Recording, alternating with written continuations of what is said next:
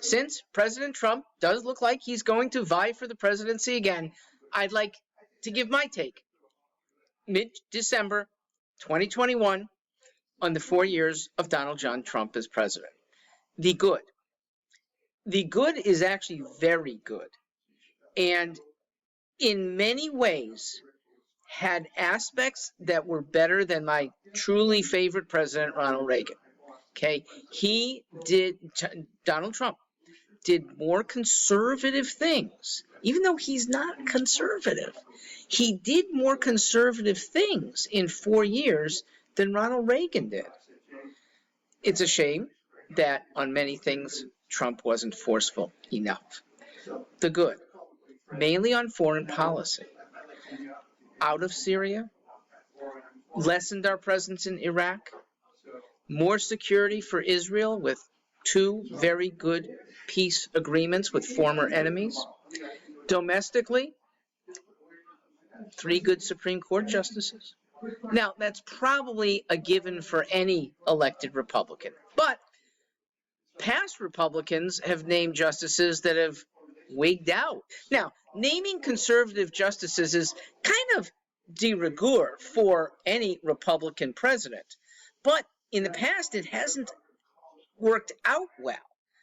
Trump's nominees haven't been there that long, but so far they seem to be steadfast to the Constitution. Not so of some marquee nominees. Warren, Brennan, Souter, Kennedy. Republicans nominated all of them, and all of them came to be disappointing constitutionalists. And I say constitutionalist instead of conservative because there really should be the same thing. A conservative should uphold the Constitution. They are, in my mind, one and the same, and we had too many past justices veer from that. Trump managed to staff lower courts with good conservative nominees as well. I wish he had gone further there too, because he still left many judicial openings even 4 years later. This should have been speeded up. You don't need a long legal pedigree to be a very effective judge. So taking somebody who has good principles, 5 years out of law school, 3 or 4 years of practice, good enough. Better than leaving an opening for Joe Biden.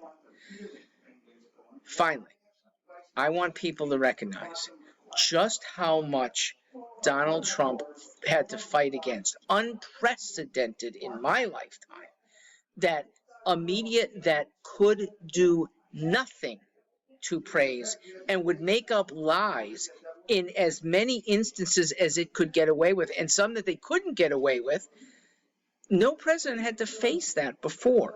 An early lie that should have been wiped out early on never got the rightful balancing it deserved.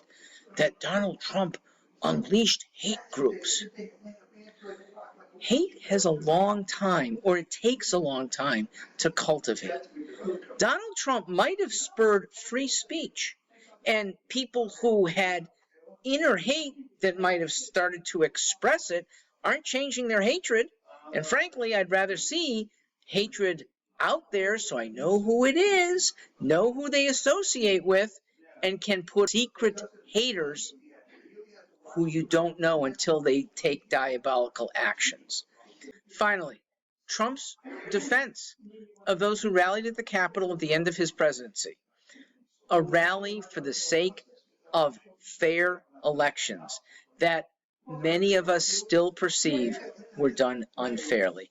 I don't think this has been investigated well enough, with enough video showing suitcases, briefcases I should say, of ballots being moved within voting precincts, with mailboxes that had been ransacked in certain districts that probably held a lot of Republican votes.